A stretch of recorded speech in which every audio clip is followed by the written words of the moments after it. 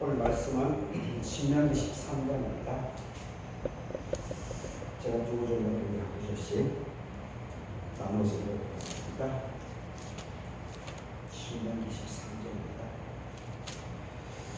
너희 중에 선지자나 꿈꾸는 자가 일어나서 이적과 기사를 너에게 보이고 그가 너에게 말한 그 이적과 기사가 이루어지고 너희가 알지 못하던 다른 신들을 우리가 따라 섬기자고 말할지라도 너는 그 선지자나 꿈꾸는 자의 말을 정종하지 말라.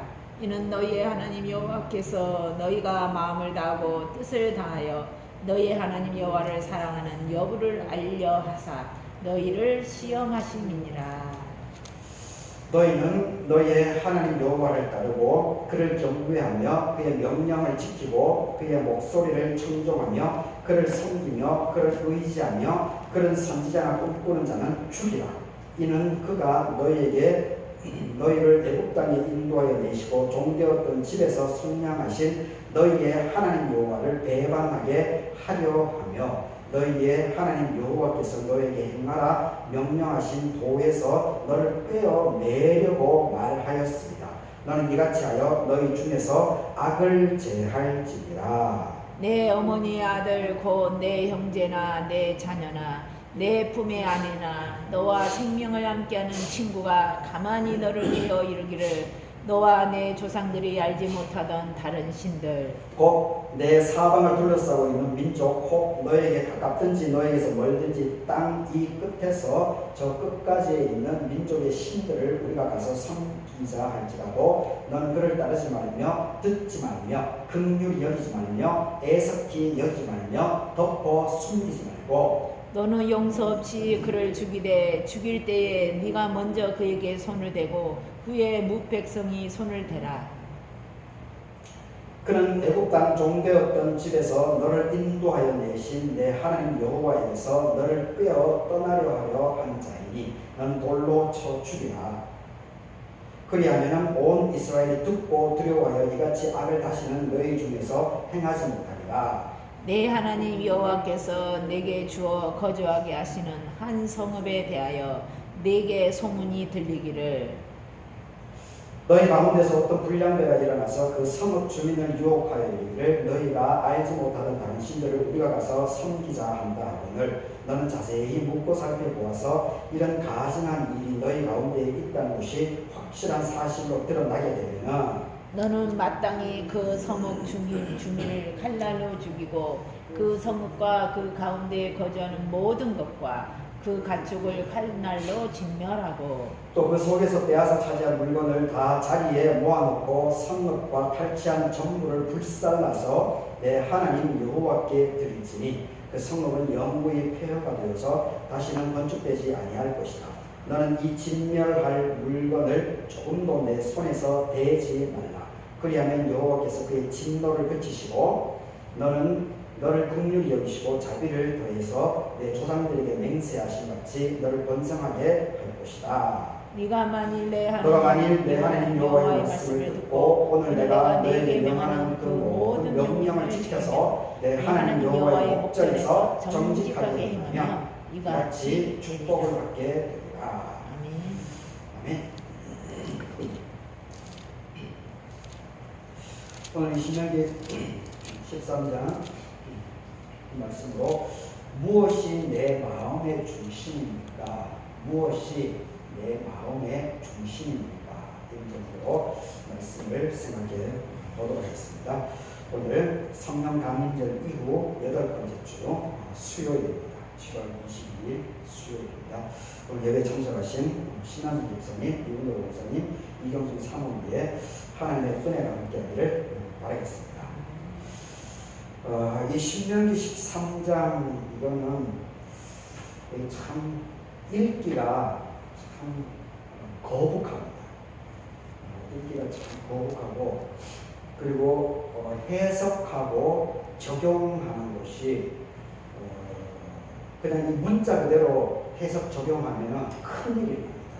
네타냐후처럼 트럼프처럼 이스라엘을 폭력으로 전쟁으로 휘몰아가는 것이 정당하다. 이 13장 자체가 칼로 쳐 죽이라 성읍을 우상숭배하는 성읍을 전부 다 멸절하고 그 모든 재산들을 전부 다 불살라 버리라고 여기서 그 14, 15절에 그렇게 얘기하죠. 16절에 이걸 문자적으로 해석하게 되면 지금 트럼프하고 이스라엘 총리 네타냐후처럼 그렇게 됩니다. 그걸 정당화시킵니다. 그래서 이것을 문자적으로 해석하면 절대 안 됩니다. 왜냐하면 신약에 예수님의 삶이 있기 때문에 그렇습니다. 예수님은 그 당시에 모든 사람들이 북이스라엘 수도였던 사마리아를 저주했습니다. 저주. 같은 민족인데 아시리아에 멸망당했기 때문에 예수님 오시기 722년 전입니다. 700년 전에 아시리아가 북이스라엘을 점령해가지고 쑥대밭을 만들죠. 쑥대밭을. 그리고 아시리아는 그 200년 뒤에 520년에 남유다가 멸망당하죠. 바벨론에 200년 뒤에. 근데 바벨론은 이 정도까지는 하지 않았습니다. 바벨론은 그냥 그 지식인들 중심으로 남유다의 지식인들 중심으로 왕족들, 귀족들 중심으로 싹 떠버리고 죽이지 않고 물론 이제 이렇게 저항하고 하는 사람들은 당연히 죽였죠. 당연히 죽였지만 대부분 그 어차피 이제 포로가 됐기 때문에 항변을 하지 않는 사람들은 배운 지식인 중심으로 그리고 기술자. 일본이 임진왜란을 결국 일본놈이 패했지만 그리고 정류재란이 7년 뒤에 또 일어나지 않습니까? 그리고 정류재란도 결국 이순신 장군하고 이런 정말 뜻있는 선조는 정말 나쁜 놈이죠. 선조는 정말 징글징글합니다. 그 양반.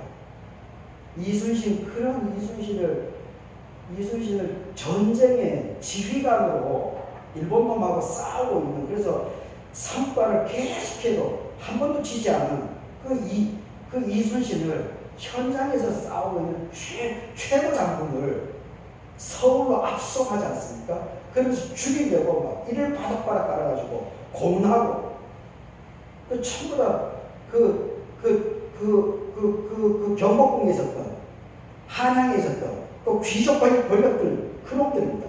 정치가 없었던 놈들. 물론 유성룡 그 안동 화해마을 출신 우리 고향 출신 그 유성룡이 영의정이었고 참 탁월한 분들이죠. 그런 소수의 사람들이 그나마 이순신 장군을 지켜준 겁니다. 그래서 그렇게 고문하고 죽이려고 작정했다가 그래도 대의로 원균을 보내지 않습니까? 원균을.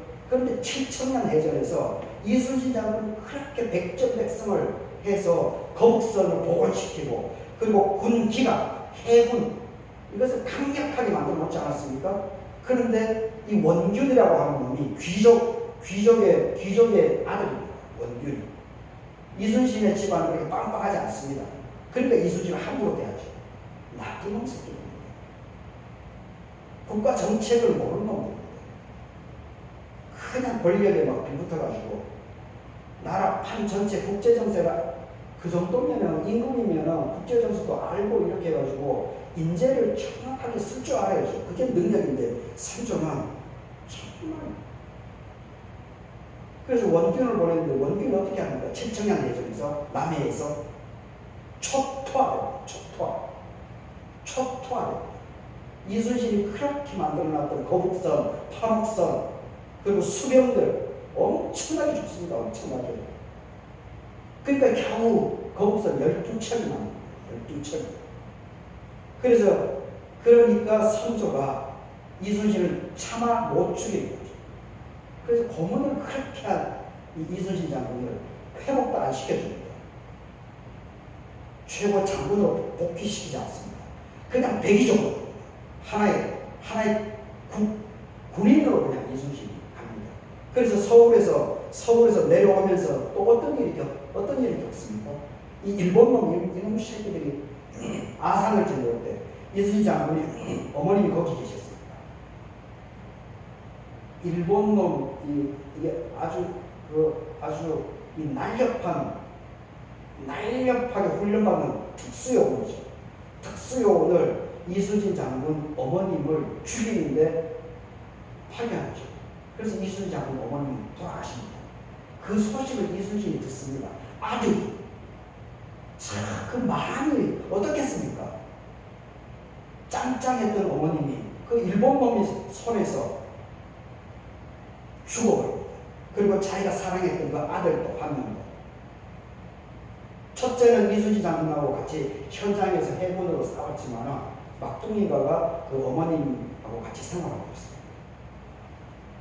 근데 이순신 장군은 그래도 군인입니다. 그리고 전쟁 중이니까 그 아프지만 그 뼈아픈 그 마음을 안고 내 전주를 거쳐서 이쪽으로 해서 그리고 운봉 초등학교 앞으로 해서 우리 지역으로 해가지고 함량으로 이 구례로 이동합니다. 구례로. 그러면서 남해안으로 쭉 갑니다. 쭉. 그러면서 칠천년 대전에서 원균도 도망가죠. 원균이 죽었는지 어떤지 아직도 밝혀지지 않습니다. 도망갔다는 얘기가 있는데, 그래서 이순신 장군이 구례로 가면서 이 남해안으로 가면서 흩어져 있는 수병들을 모읍니다. 그리고 전력을 보강합니다. 그게 대기정군이죠. 대기정군. 그런데 일본놈이 곧바로 따라옵니다. 이순신 장군. 곧바로 뒤따라. 근데 참 기적같이 이순신 장군이 잡히지 않습니다. 정말 그 하늘의 은혜죠. 그때는 이분들이 이제 하나님을 몰랐습니다. 정말 우리 역사에 아주 절묘한 겁니다. 이순신 장군 거기 잡혔다면 우리나라 벌써 일제식민지가 더 빨리 왔을 겁니다.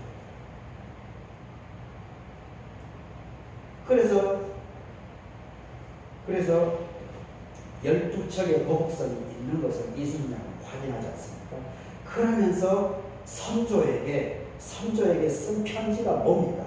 선조는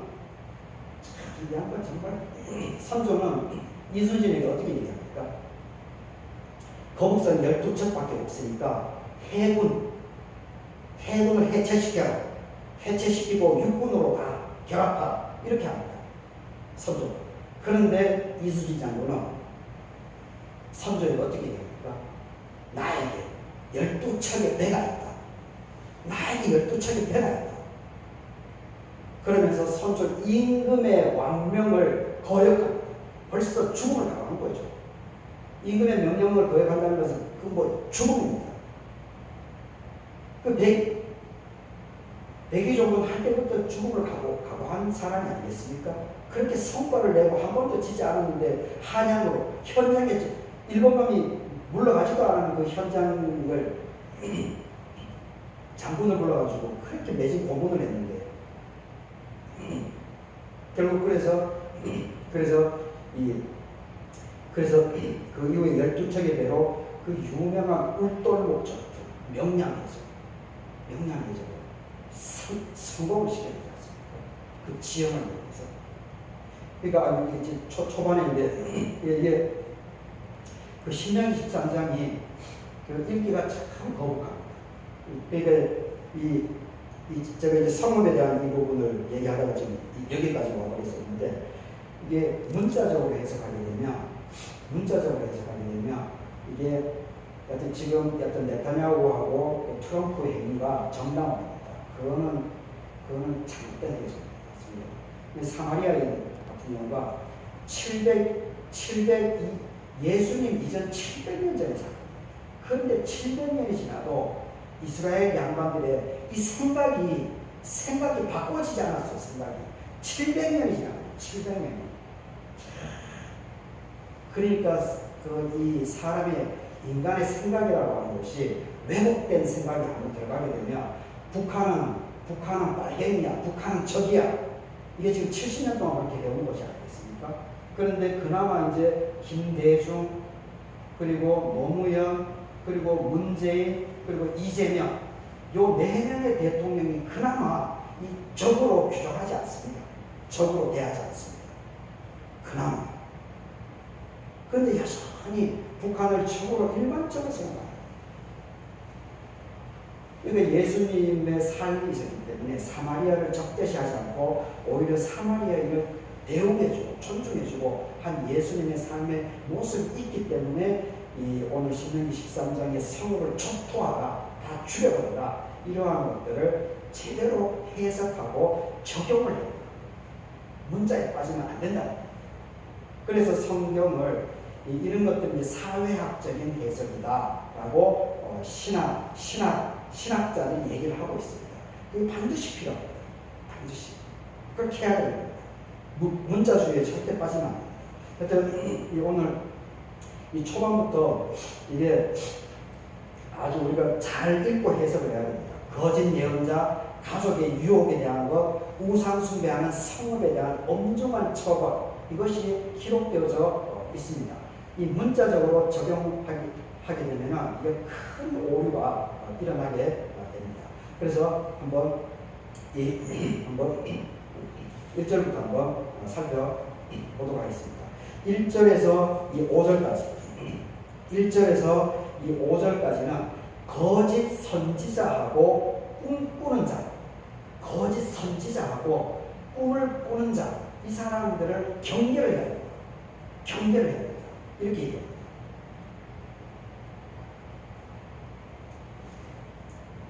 1절 보십시오. 너희 중에 선지자 꿈꾸는 자가 일어나서 이적 기사를 너에게 보이고 그가 말한 이적 기사가 이루어지고 너희가 알지 못하는 다른 신들을 우리가 따라 섬기자고 말을 할지라도 3절에 너는 선지자 꿈꾸는 자의 말을 청종하지 말라. 왜냐하면 이는 너희 하나님 여호와께서 너희가 마음을 다하고 뜻을 다하고 너희 하나님 여호와를 사랑하는 여부를 시험을 하기 위해서이기 때문에 그렇다. 이렇게 얘기하고 있습니다.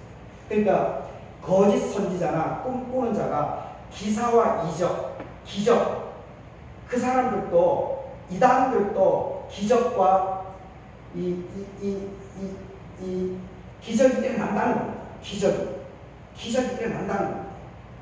하나님만 믿는 사람이 하나님을 믿는 데서만 기적이 일어나는 것이 아니고 거짓 선지자, 꿈꾸는 자들 속에서도 기적이 일어난다는 겁니다. 기적이. 그런데 그 기적이 일어났다라고 해서 그 거짓 선지자나 꿈꾸는 자들 무조건 막 따라 나가면은 큰 일이 벌어집니다. 큰 일. 그러니까 중요한 것은 여기서 중요한 것은 기적이 기준이 아니라 기적이 기준이 될 수 없고 하나님의 말씀이 기준이라고 합니다. 하나님의 말씀을 기준으로 삼아가지고 이 묵묵하게 나에게 기적이 일어나지 않더라도 하나님의 말씀을 따라서 꾸준하게 살아가야 되지 막 기사와 이적이 일어난다고 해가지고 막 호들갑 떨고 막 오도방정을 떨면서 막 쫓아가고 자기 교회를 놔두고 막 다른 교회를 막 가고 그런 걸 하지 말라는 겁니다. 자기 중심을 잘 지키라는 겁니다. 그냥 하나님의 말씀을 꾸준하게 신실하게 그 자체가 축복이라는 겁니다. 그것을 지금 아주 강조하고 있습니다. 아주. 그래서 3절에서 마음을 다하고 뜻을 다하고 그래서 결국은 하나님께서 너를 테스트하고 있다. 시험을 하고 있다. 그래서 기사와 이적이 있더라도 그런 것에 흔들리지 말고 기사와 이적이 일어나지 않더라도 그냥 너의 스타일대로 하나님 말씀을 중심으로 해가지고 잘 살아나가라. 그러면서 이제 5절을 보십시오. 그런 선지자나 꿈꾸는 자는 죽여버려. 그러니까 이런 부분이 있어가지고 이제 적용이 나중에 13절부터 이제 성읍에 대한 그 부분도 다 죽여버리라고 하는데 이거는 이 당시는 재정일치 사회입니다. 교회하고 신앙하고 국가 시스템이 동일합니다. 동일. 근데 지금은 재정이 분리되어 있죠. 종교하고 국가 시스템이 달라집니다. 그 중세까지 교황하고 황제가 싸운 이유가 뭡니까? 교황은 종교 권력자입니다.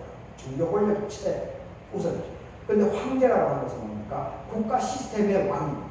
지금으로 얘기하면 대통령이죠. 대통령이고 그리고 교황, 그래서 교황하고 황제가 중세에 그렇게 힘겨루고 얼마나 죽였습니까? 서로 찢고 뽑고 막 난리가 없어졌죠. 교회사를 보면 이게 전부 다 성령을 왜곡시킵니다.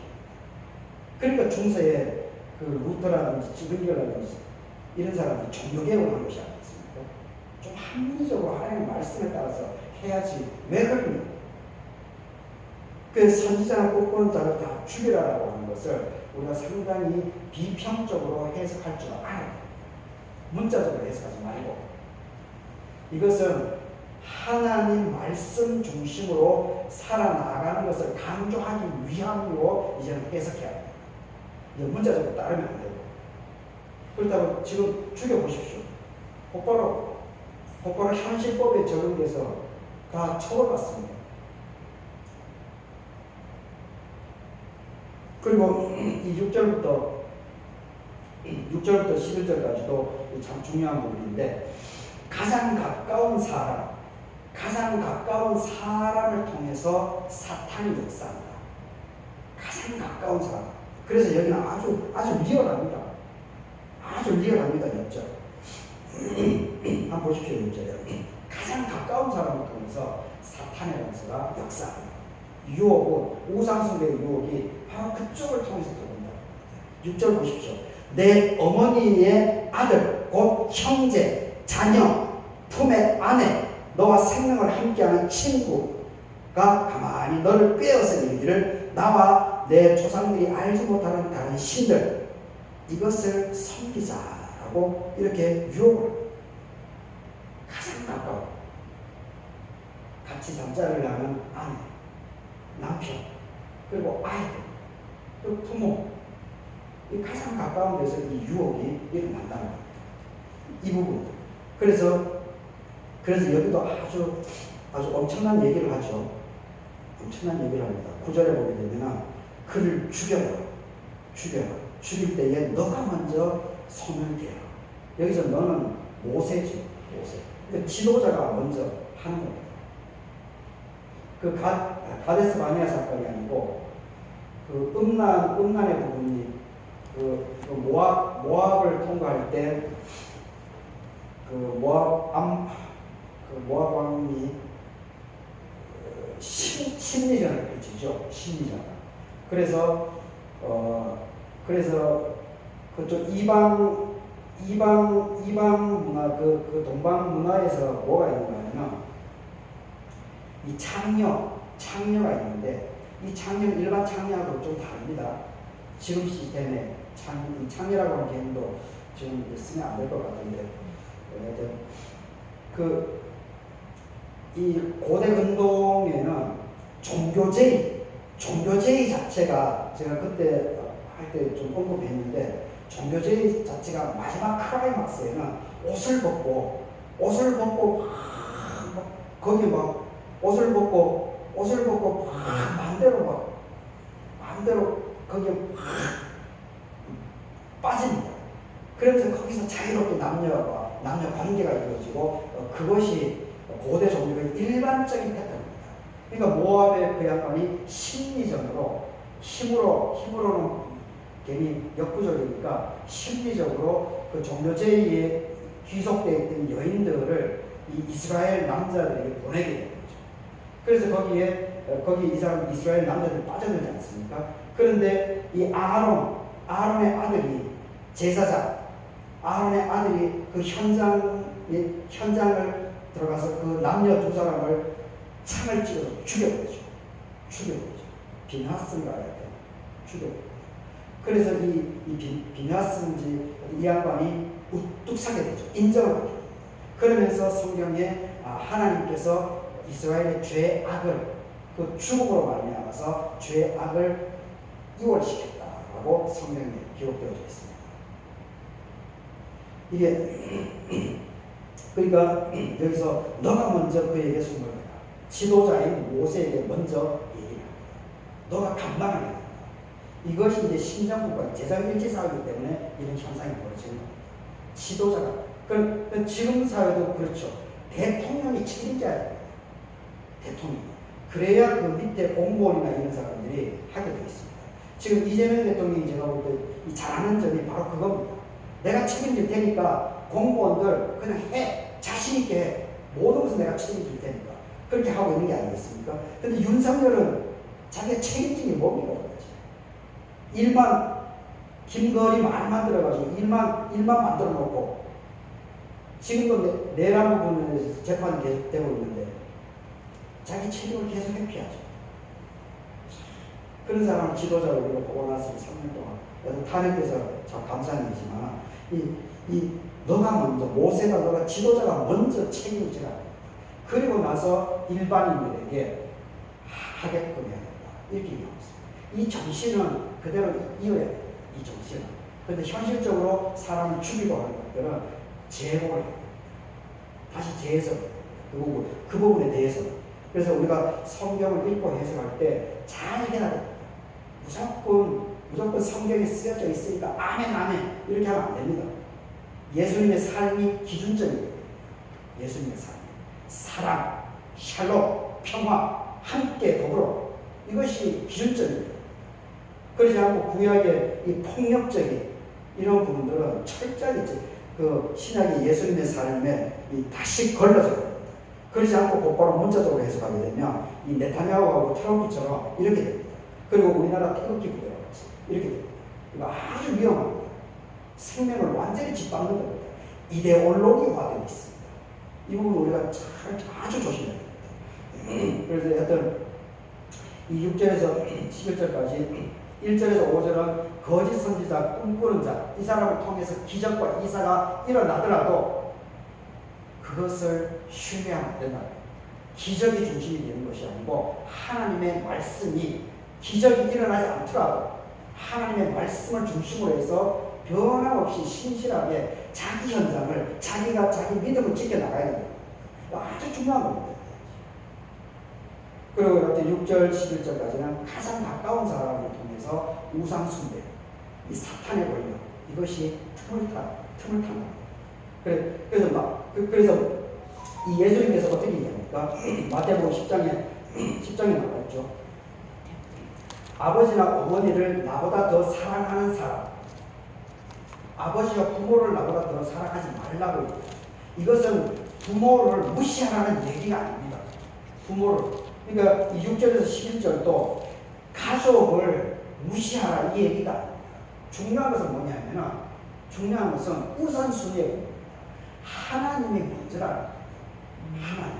가족이 중요하지만 가족보다는 하나님의 말씀, 하나님이 우리에게 알려주신 가장 중요한 것은 10계명입니다. 10계명이 우선을 두어야 된다라고 하는 것을 강조하고 있다라는 것을 또 분명히 기억해야 됩니다. 그리고 이제 12절에서 18절 마지막 부분에 이제 온 성읍이 우상 숭배를 하게 되면은 전부 다 진멸해야 합니다. 전부 다 죽여야 됩니다. 무서운 얘기죠. 15절에 너는 마땅히 그 성읍 주민을 칼날로 죽이고 성읍 가운데 거주하는 모든 것 가축도 다 죽여봐라. 그리고 16절을 보십시오. 그 빼앗아서 차지한 물건 이것을 한 자리에 모아놔라. 한 자리에. 그래서 탈취한 전부를 전부 다 불살라버려라. 그리고 17절에 진멸한 물건을 조금도 손대지 말라. 자칫 잘못하면은 여호와께서 진노하신다. 17절 그렇게 얘기하고 있습니다. 그래서 이러한 부분들을 잘 지키게 될 때 하나님의 은혜가 있다. 이렇게 얘기하고 있습니다. 그러니까 이 부분도 제가 이런 부분들이 참 충격적입니다. 그래서 지금 우리 시대에 해석 적용을 아주 잘해야 돼요. 그냥 이 문자적으로 빠지면 절대 안 됩니다.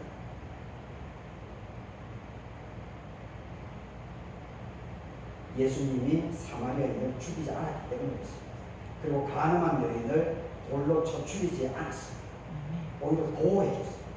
이게 예수님이죠. 이것을 우리가 분명히 기억해야 됩니다. 그리고 이런 부분들을 여기에 중심을 근거를 두고 재해석해야 그리고 적용해야 됩니다. 예수님께서 그리고 십자가에서 원수를 자기를 죽인 사람들을 예수님께서 용서하지 않습니까? 그리고 스데반 집사도 돌에 맞아서 죽으면서도 그 유대인들을 저주하지 않습니다. 주여 저 영혼들을 불쌍히 여겨주시옵소서. 이렇게 얘기합니다. 참, 정말 어떻게 그렇게 할 수 있는지. 저는 목사지만 솔직히 얘기하면 저도 그렇게 못합니다.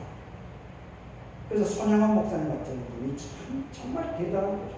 자기 아들 2명을 죽인 사람을 용서하고 받아들이고 그 사람을 교육시키지 않습니까? 그래서 그 사람의 아들이 지금 목사가 돼서 70 가까이 됐습니다. 70 가까이.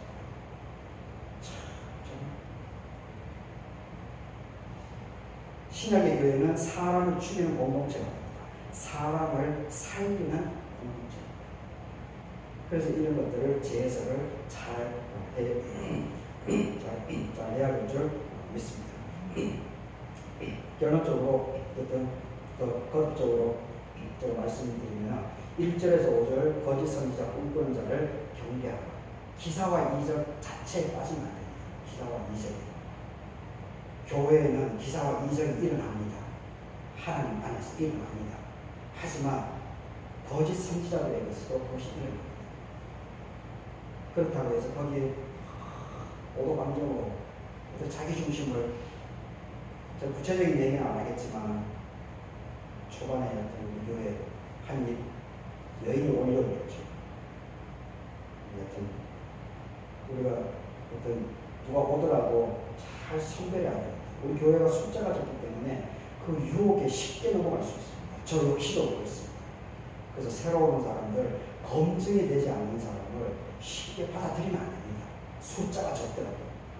자꾸 숫자가 적다고 물론 그것도 복음서에서 예수님께서 잔치집에 사람 불러 모아야 된다는 그런 얘기도 하긴 하지만 그래도 우리가 감당하지 못하면 그 한 사람이 들어와서 겨우 8가지 13명인데 또 막 편지 분파를 우리가 제어를 할 수 있으면 좋겠습니다.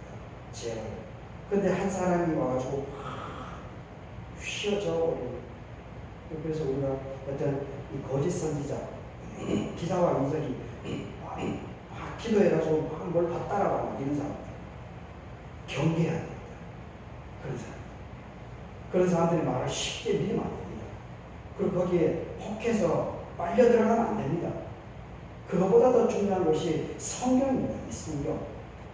그리고 저는 건대 나왔습니다. 그리고 한시대 신학 대학원을 나왔습니다. 그리고 대학원에서 학생 회장을 했습니다. 저 나름대로 실력이 있습니다. 실력이 있습니다. 그래서 서로가 협력해야 됩니다. 자꾸 이렇게 막 숫자가 적다고 해서 너무 쫄지도 말고 하여튼 할 일을 하면 됩니다. 자기 믿음은 자기가 지키면 됩니다. 하여튼 거짓 선지자 꿈꾸는 것보다 중요한 것은 하나님의 말씀입니다. 그리고 하여튼 가까운 사람을 통해서 이 사탄의 유혹이 언제나 불일듯이 일어날 수 있습니다. 우리 교우들 서로 간에 통해서 역사가 일어납니다. 사탄의 역사가 일어납니다. 서로 조심해야 됩니다. 그래서 가능하면 말을 적게 하는 게 좋습니다. 말을 적게 하는 게 좋습니다. 말이 앞서면 절대 좋지 않습니다. 축복의 말이나 감사의 말이나 이런 것들은 괜찮죠. 이런 것들은 괜찮습니다. 신앙 고백, 간증 이런 것은 좋습니다. 하지만 서로 그냥 듣고 그냥 가슴에 이렇게 묻고 기도를 했으면 좋겠습니다. 입으로 꼬뭇꼬뭇 하지 말고. 그거 어느 누구도 해결 못합니다. 지금 제가 아까 초반에 기도하면서 여러분 들었을지 모르겠지만 다 알지 않습니까? 이런 거 어떻게 해결합니까? 그냥 품고 그냥 기도하면서 기다리는 수밖에 없습니다. 그런 나름대로 최선을 다하고 인간으로서 최선을 다하고 그 외에는 길이 없습니다. 하나님께 맡기고 할 수 있는 부분만 최선을 다해서 하게 되면 이유는 하나님의 능력입니다. 가장 가까운 사람을 통해서 항상 이 하나님의 은혜도 임하게 되지만 이 사탄의 역사도 동일하게 동전의 앞뒷면처럼 이렇게 본다라고 해서 이건 늘 경계해야 합니다. 조심해야 합니다. 그리고 12, 18절에서 온성을 진내라고 하는 이 부분은 우리 예수님께서 사마리아 여인 그리고 십자가 원수를 사랑하면서 했던 그 모습. 그래서 결국 교회 공동체는 사람을 죽이는 것이 아니고 사람 생명을 살리는 공동체다라고 하는 이 분명한 이 성경의 가르침, 이것을 우리 마음 중심에 반드시 새겨야 됩니다. 그러면서 하루하루 살아가면서 넘어질 수도 있죠. 실수할 수도 있죠. 그러더라도 그 자체를 너무 자기 스스로 공격할 필요가 저는 없다라고 합니다. 그리고 그 부분에 대해서는 또 하나님께 와서 하나님께 알려드리고 그리고 또다시 묵묵하게 자기 할 일들을 해나가는 것. 그럴 때 하나님의 역사는 끊임없이 하나님의 역사. 그리고 그 사람이 쓰임받습니다. 시간이 지나면 분명히 알게 됩니다. 그래서 오늘 이 신명기 13장 너무 중요한 부분인데 이 부분은 잘 이렇게 문자에 빠지지 말고 잘 이렇게 해석 적용하면서 여러분들에게 살아나갈 때 이번 한 주간도 더욱 하나님의 평안함이 임할 줄 믿습니다. 다 같이 기도하도록 하겠습니다. 너가 만일 내 하나님 여호와의 말씀을 듣고 오늘 내가 너에게 명하는 이 모든 명령을 지켜서 내 하나님 여호와의 목전에서 정직하게 행하면 이와 같이 하나님께서 번성하는 축복을 하게 주실 것이다. 아버지 하나님, 오늘 순서에 따라서 신명기 13장 말씀을 살펴보겠습니다. 무엇이 내 마음의 중심입니까? 기적과 이사가 기적이 내 마음의 중심이 될 수가 없습니다. 무엇보다도 하나님의 말씀 그리고 예수 그리스도의 이 사랑, 생명을 살리는 이것이야말로 우리 마음의 중심이 되어야 됨을 다시 한번 새기게 됩니다. 아버지 하나님, 8가정 13명의 교우들이 있습니다. 하나님께서 한 사람 한 사람들을 기억해 주시옵소서. 유건들 원사님, 신한수 집사님, 최순환 원사님, 김수자 원사님, 나상호 집사님, 신영호 집사님, 그리고 이도순 할머니, 안문호 선생님, 우리 나유리, 그리고 예비과 수립, 이경순 사무랑, 그리고 저 아버지 하나님께서 우리 한 사람이 정말 귀중합니다. 아버지 하나님께서 우리 교우들 마음 중심을 잘 살펴주시고 아버지 하나님 사탄의 유혹들 넘어가지 않고 유혹이 있더라도 말씀으로 믿음으로 온전하게 스스로가 그것을 잘 이겨나가는 상황이나 남피게 되지 않도록 도와주시옵소서.